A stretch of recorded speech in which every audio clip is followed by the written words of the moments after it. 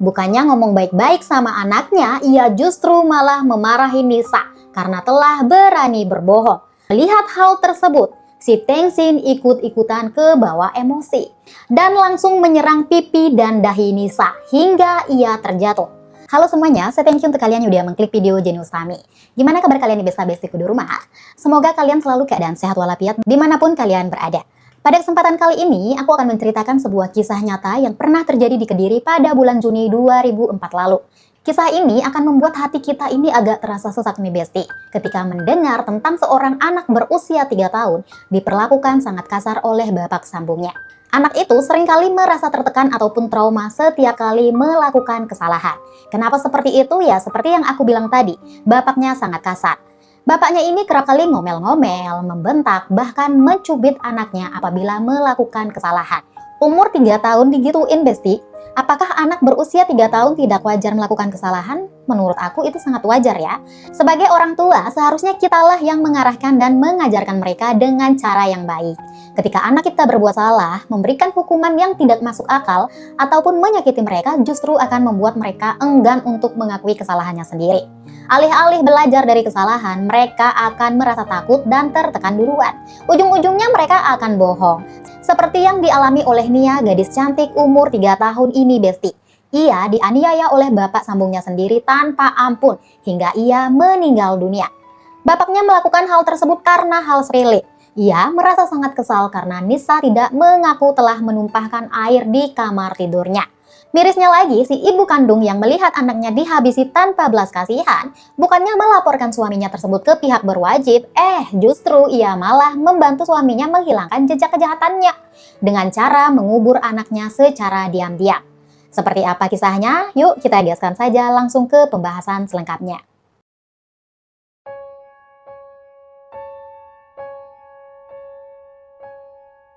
Sebelum kita masuk ke kronologi kejadian, mari kita bahas dulu profil si ibu kandung Nisa. Ini adalah Novita Anggreni, seorang ibu muda berusia 26 tahun yang berasal dari Nganjuk, Jawa Timur. Dulu, ia pernah menikah dengan seorang pria, hingga memiliki satu anak perempuan yang bernama Nisa Faizah Taskia Sapiatun Nisa, yang lebih akrab dipanggil Nisa. Namun entah apa yang terjadi, pernikahan mereka bubar di tengah jalan, alias mereka bercerai, padahal pada saat itu anaknya masih bayi. Mungkin karena masih di bawah umur kali ya, hak asuh anak pun jatuh kepada Novita. Nah, semenjak perceraian tersebut, Novita berusaha keras mencari nafkah untuk memenuhi kebutuhan dirinya dan anak semata wayangnya. Dengan cara bekerja sebagai asisten rumah tangga. Sehingga ia harus menitipkan putrinya yang masih bayi kepada ayahnya yang bernama Bapak Suyono, yang tinggal di Kecamatan Pace, Nganjuk, Jawa Timur. Jadi si Nisa ini tinggal bersama kakeknya ya Besti ya, yang berusia sekitar 70-an. Ia merawat cucunya Nisa dengan penuh kasih sayang dan sangat mencintainya, seperti anak kandungnya sendiri. Begitu juga dengan si Nisa, meski dia terpisah jauh dari sang ibu, tidak membuatnya bersedih atau lain sebagainya. Justru dia begitu merasa sangat nyaman tatkala berada di samping kakek Suyono. Mungkin karena sejak kecil kali ya, Nisa sudah tinggal bersama kakeknya ya Besti ya, makanya dia merasa sangat aman banget tuh. Karena hal itulah, Novita menjadi tenang dan bisa fokus bekerja tanpa khawatir anaknya menangis ataupun tidak betah lah pada saat dirinya tidak ada di rumah. Singkat cerita, Novita bertemu dengan seorang pria tampan keturunan Pakistan yang bernama Tengsin Muhammad Yahya, yang 3 tahun lebih muda darinya, yaitu umurnya sekitar 23-an berarti. Nah, entah siapa yang menembak duluan, pada akhirnya mereka pun menjalani hubungan yang semakin dekat, alias pacaran. Nah, meskipun terdapat perbedaan usia, tidak membuat rasa cinta mereka itu goyah. Justru dalam waktu singkat, keduanya memutuskan untuk menikah di awal tahun 2024. Tengsin adalah pemuda keturunan Pakistan yang tinggal bersama orang tuanya di RT 1 RW 2, Dusun Babakan Desa Tugu Rejo, Kediri. Tengsin ini ternyata tabiatnya tidak sebagus parasnya Besti, di mana menurut para tetangga yang ada di sana, bahwa saat ia tinggal bersama orang tuanya, Tengsin ini memiliki kelakuan buruk banget terhadap orang tuanya sendiri. Ia bahkan sering membentak-bentak orang tuanya, bahkan sampai mengeluarkan ancaman menghilangkan nyawa mereka. Tengsin ini dikenal sebagai sosok yang temperamental. Tidak dijelaskan apakah Novita sudah mengetahui atau tidak tentang hal tersebut sebelum memutuskan untuk menikah. Nah, setelah mereka menikah, Novita mengajak putrinya Nisa untuk meninggalkan rumah kakeknya yang di Nganjuk dan memulai hidup baru di Kediri bersama Tengsin. Sejak Februari 2024, mereka bertiga tinggal di rumah orang tua Tengsin, setelah sebelumnya mengontrak selama 4 bulan. Namun, harapan untuk kehidupan yang lebih baik tampaknya sirna. Semenjak kepindahannya tersebut, para tetangga yang ada di lingkungan setempat sering mendengar suara-suara keributan yang berasal dari rumah Tengsin. Tetapi, tetangga merasa enggan untuk campur tangan, apalagi mereka berdua jarang banget bersosialisasi, sehingga banyak yang tidak mengetahui pekerjaan Tengsin itu apa sebenarnya. Kadang dia dilihat hanya di rumah aja seharian, terkadang juga tidak terlihat sama sekali. Karena hal itulah, para tetangga menduga Tengsin ini bekerja sebagai pekerja serabutan. Sementara itu, Nobita juga sering mengalami kesulitan ekonomi. Gimana nggak kesulitan ya, Bes? Orang suaminya nggak jelas kerjaannya kan? Ya, mungkin faktor itulah yang sering memicu konflik di antara mereka berdua. Yang paling menderita dalam situasi ini adalah Nisa, anak yang berumur 3 tahun. Dulu, ia tumbuh dalam kasih sayang di rumah kakeknya. Tetapi, semenjak ia tinggal bersama ibu dan ayah sambungnya, semua kebahagiaan yang pernah ia rasakan pun sirna. Kini ia harus mendengar keributan-keributan orang tuanya setiap hari di rumah yang seharusnya menjadi tempat paling aman. Keceriaan masa kecilnya tergantikan oleh ketakutan dan kecemasan. Apalagi ia kerap kali menjadi sasaran amarah ayah sambungnya sendiri. Sosok yang seharusnya melindunginya justru malah menorehkan rasa luka dan ketakutan. Nisa seringkali mendapatkan bentakan-bentakan kasar dari sang ayah sambung apabila dia melakukan kesalahan. Parahnya lagi, si bapak sambungnya ini pernah beberapa kali menyudutkan rokok ke tubuh mungil Nisa yang belum memiliki dosa itu. Dalam satu insiden yang sangat menyedihkan, Nisa pernah berusaha meminta bantuan kepada seorang tetangganya. Namun, karena usianya yang masih sangat muda dan kesulitan dalam berkomunikasi, jadi tidak ada yang dapat menolongnya lebih jauh. Sebenarnya mereka sangat kasihan kepada Nisa. Tapi karena mereka mengetahui sosok Tengsin seperti apa, jadi nggak ada yang berani ikut campur dalam urusan mereka. Pada saat itu, Nisa tampak ketakutan. Matanya berkaca-kaca seolah-olah mencari perlindungan di dunia yang kejam ini. Kasian banget ya Besti ya, mungkin pada saat itu ia sangat merindukan momen-momen bahagia pada saat ia tinggal bersama kakeknya. Apa daya, dia masih kecil, komunikasinya pun belum lancar. Jadi dia tidak bisa berbuat apa-apa selain pasrah. Nah, sekarang kita masuk ke kronologi kejadian. Pada hari Sabtu tanggal 22 Juni 2024 malam hari, saat itu Tengsin sedang berada di kamar bersama Nisa, anak sambungnya. Tiba-tiba saja Tengsin melihat ada genangan air di dalam kamarnya. Bukannya memanggil istrinya untuk membantu membersihkan air tersebut, ia malah ngomel-ngomel, bertanya siapa yang telah menumpahkan air tersebut. Mendengar ayahnya ngomel-ngomel, Nisa ini langsung terdiam dan ketakutan. Di tengah-tengah ketakutannya itu, Tengsin pun bertanya, apakah Nisa yang telah menumpahkan air tersebut? Dengan nada ragu, ia pun menjawab bahwa ibulah yang telah menumpahkan air itu. Nobita yang mendengar pernyataan anak kandungnya lalu menghampirinya. Bukannya ngomong baik-baik sama anaknya, ia justru malah memarahi Nisa karena telah berani berbohong. Tak hanya marah aja nih Besti, Nobita juga mencubit pipi kiri dan kanan Nisa dan juga menyerangnya dengan menggunakan telapak tangan. Karena merasa kesakitan, Nisa pun menangis sekencang-kencangnya. Melihat hal tersebut, si Tengsin ikut-ikutan ke bawah emosi dan langsung menyerang pipi dan dahi Nisa hingga ia terjatuh. Saat itu Nobita langsung memeluk Nisa, berharap suaminya tak menyakiti putrinya lagi. Saat Nobita memeluk Nisa, Tengsin berkali-kali berusaha untuk menyerang Nisa. Dan pada akhirnya serangannya nggak sengaja mengenai tangan Nobita yang membuat Tengsin kaget dan langsung meminta maaf ke sang istri. Mengira bahwa Tengsin ini sudah reda emosinya, Nobita kemudian melepaskan pelukannya dari Nisa. Tapi ternyata nih Besti, emosi dia makin menjadi-jadi. Entah setan apa yang merasuki pikirannya.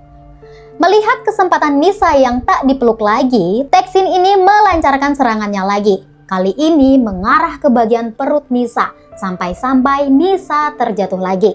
Kemudian Tengsin memaksa Nisa berdiri dan menyerang bagian dadanya hingga terjatuh lagi dan lagi. Saat terjatuh, Nisa sempat menangis nih Besti dan mengeluarkan suara seperti dengkuran. Sampai akhirnya Nisa kehilangan kesadaran. Menyadari hal tersebut, si Tengsin dan Nobita menjadi sangat panik. Mereka berusaha mencoba-coba melakukan upaya penyelamatan pertama dengan memberi napas bantuan. Tetapi ternyata hal tersebut nggak membuahkan hasil. Nisa tak tertolong lagi alias meninggal dunia. Alih-alih menghubungi pihak medis ataupun pihak berwajib, mereka berdua ini malah berdiskusi. Apakah mereka akan memberitahu pihak keluarga tentang kejadian ini atau tidak? Miris banget ya Bes, seorang ibu kandung kok nggak ada sedih-sedihnya melihat anaknya terbujur kaku seperti itu. Dia kok malah memilih melindungi suaminya yang jelas-jelas telah merenggut buah hatinya tersebut. Karena takut kejahatannya kecium orang, mereka pun mencari cara untuk menghilangkan jejak tindakan yang tak bermoral itu. Esok harinya, pada minggu dini hari setelah penyerangan terhadap Nisa yang berlangsung selama kurang lebih 6 jam tersebut, Taskin dan Nopita bersiap-siap membawa tubuh Nisa ke kontrakan mereka yang dulu. Di sana, ia berencana untuk memandikan Nisa dan mengapaninya terlebih dahulu.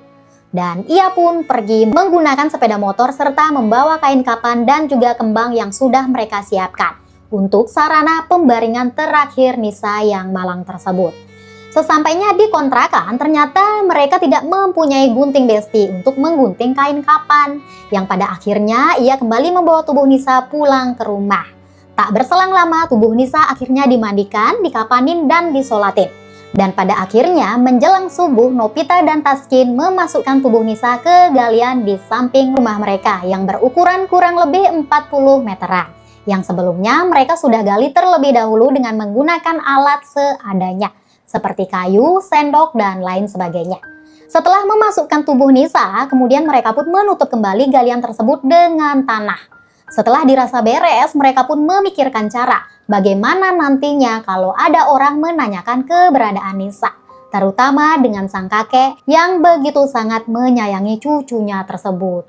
Dan benar saja, pada hari Selasa tanggal 25 Juni 2024, saat Nopita dan Taskin datang berkunjung ke rumah kakek Suyono di Nganjuk, sang kakek yang merupakan ayah Nopita ini merasa terheran-heran. Cucunya yang ia tunggu-tunggu itu nggak diajak-ajak. Karena hal itu, si kakek Suyono bertanya, "Kemana Nisa? Di mana Nisa? Ada apa kok tumben-tumbenan dia nggak diajak?" Ditanyain seperti itu, anak dan menantunya ini malah menangis dan langsung bersimpuh di kakek Suyono, sembari mengatakan bahwa Nisa sudah meninggal dunia karena terjatuh dari motor. Mendengar pernyataan itu, kakek Suyono ini langsung syok dong, dan gak habis pikir, kok cucunya yang sedari bayi ia rawat penuh kasih sayang gak dikabari sama sekali. Karena merasa tidak percaya dengan omongan si anak dan menantunya, pada akhirnya kakek Suyono meminta untuk dihantarkan ke tempat pembaringan terakhir cucunya tersebut. Tanpa pikir panjang, ia pun pergi mengajak beberapa anggota keluarganya ke Kediri. Sesampainya di kediaman Tengsin, Nopita pun menunjukkan makam si Nisa yang berada tepat di samping rumahnya. Kakek Suyono pun merasa sangat terpukul atas kepergian cucu kesayangannya itu.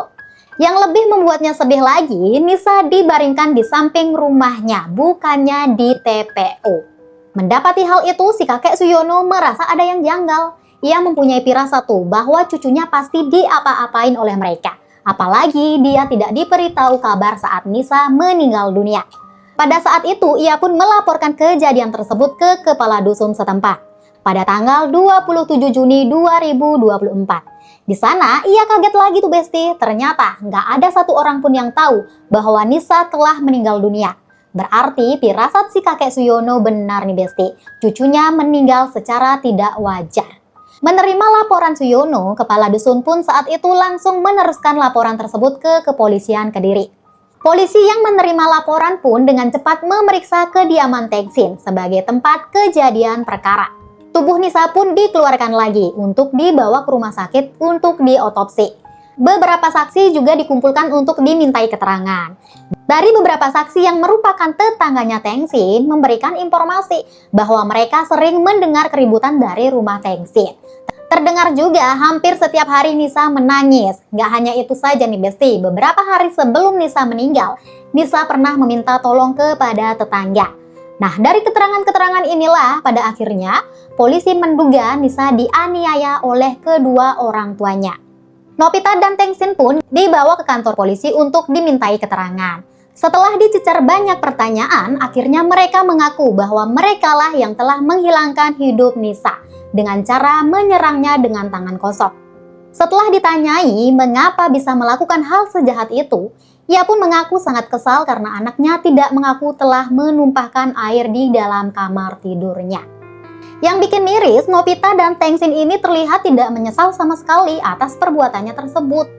Dan hasil otopsi menunjukkan Nisa meninggal dunia karena mengalami penuaan di bagian kelapa akibat terkena benda tumpul. Itu artinya, Nobita dan Tengsin tidak sepenuhnya jujur dalam pemeriksaan tersebut. Ia mengaku hanya menggunakan tangan kosong. Namun meski seperti itu, polisi masih mendalami dan mencocokkan serangan siapa yang membuat Nisa sampai kehilangan nyawanya. Akibat dari tindakannya yang tidak manusiawi itu, keduanya dijerat dengan pasal 4 ayat 1 Undang-Undang 23 tentang penghapusan atas Undang-Undang 23 tahun 2004 dengan ancaman hukuman maksimal 20 tahun penjara. Miris banget ya Besti ya, kok tega banget ya seorang ibu kandung membiarkan anaknya yang masih berumur 3 tahun merasakan hal seperti itu, di mana hati nuraninya sebenarnya. Kita doakan ya Besti ya, semoga Dedek Nisa ini tenang di alam sana dan keluarganya yang ditinggalkan selalu diberi ketabahan. Dan semoga juga tidak ada lagi hal-hal seperti Nisa terulang kembali. Terima kasih sudah menonton. Jika kalian suka video ini, bisa di like, comment, and share ya Besti ya. Sampai jumpa.